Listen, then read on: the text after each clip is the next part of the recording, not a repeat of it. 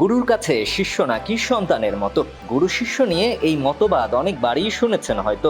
এবার ঠিক তেমন চিত্রই দেখা গেল মিরপুরের হোম অফ ক্রিকেটে। এমন চিত্র আগে খুব একটা দেখা যায়নি বাংলাদেশের ক্রিকেট পাড়ায়। কতজনই এলো গেল, কিন্তু কারো কাছেই এমন আচরণ কি পেয়েছে বাংলাদেশের খেলোয়াড়রা? জাতীয় দলের কোনো কোচ কি নিজের সন্তানের স্থানে বসাতে পেরেছিল সাবেক কিংবা বর্তমান টাইগারদের? দেশের ক্রিকেটে কড়া হেডমাস্টার কথাটি প্রায় শোনা যায়, কিন্তু মমতা কিংবা ভালোবাসা দিয়ে আগলে রাখার কথা খুব একটা শোনা যায় না। এবার যেন তার ভিন্নতা কিছুটা হলেও চোখে পড়ল মিরপুরের শেরেবাংলায়। কোচ শাহেদ মাহমুদ বেশ কিছুদিন ধরেই কাজ করছেন বর্তমান সময়ে দেশের সবচেয়ে আলোচিত লেগ স্পিনার রিশাদ হোসেনকে নিয়ে। 250-টিরও বেশি ডিজাইন অপশন নিয়ে ওয়ালটন স্মার্ট ফ্রিজ, বোঝে আপনার প্রয়োজন।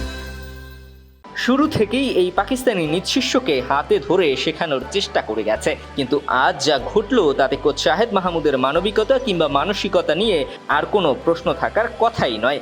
মিরপুরে আজ নিজের সন্তানকেও সঙ্গে নিয়ে এসেছিল পাকিস্তানের এই সাবেক ক্রিকেটার। ছেলেকে যেভাবে তালিম দিয়েছে ঠিক একইভাবে শিষ্যকেও ধরিয়ে দিয়েছে তার ভুলগুলো।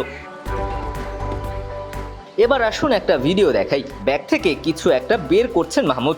এক পাশে ছেলে, অন্য পাশে শিষ্য রিশাদ। টিস্যুতে মোড়ানো ওই পোটলা থেকে কিছু একটা তুলে দিলেন রিশাদের হাতে। কোচের হাত থেকে সেটা নিয়ে মুখেও পুরলেন রিশাদ।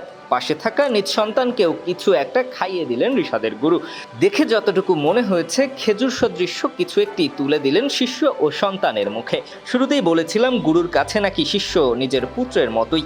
সেই ব্যাপারটি এবার দেখে নেওয়া যাক। একই ফ্রেমে যে দুটো চিত্র দেখছেন, একটি জায়গায় শাহেদ তার নিজ পুত্রকে হাতে ধরিয়ে দেখিয়ে দিচ্ছেন কিভাবে করতে হবে একটি পারফেক্ট ডেলিভারি।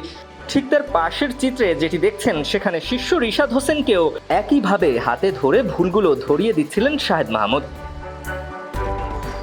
ক্রিকেট আঙ্গনে যেটি সচরাচর দেখা যায়, ক্রিকেটারদের ছেলে কিংবা মেয়ে হতে চায় ক্রিকেটার।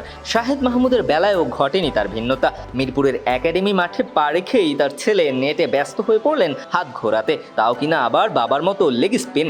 এত ছোট বয়সে শাহেদ পুত্রের এমন চেষ্টা আপনাকে বিস্মিত করতেই পারে। দিবাকর চৌধুরী, কালবেলা।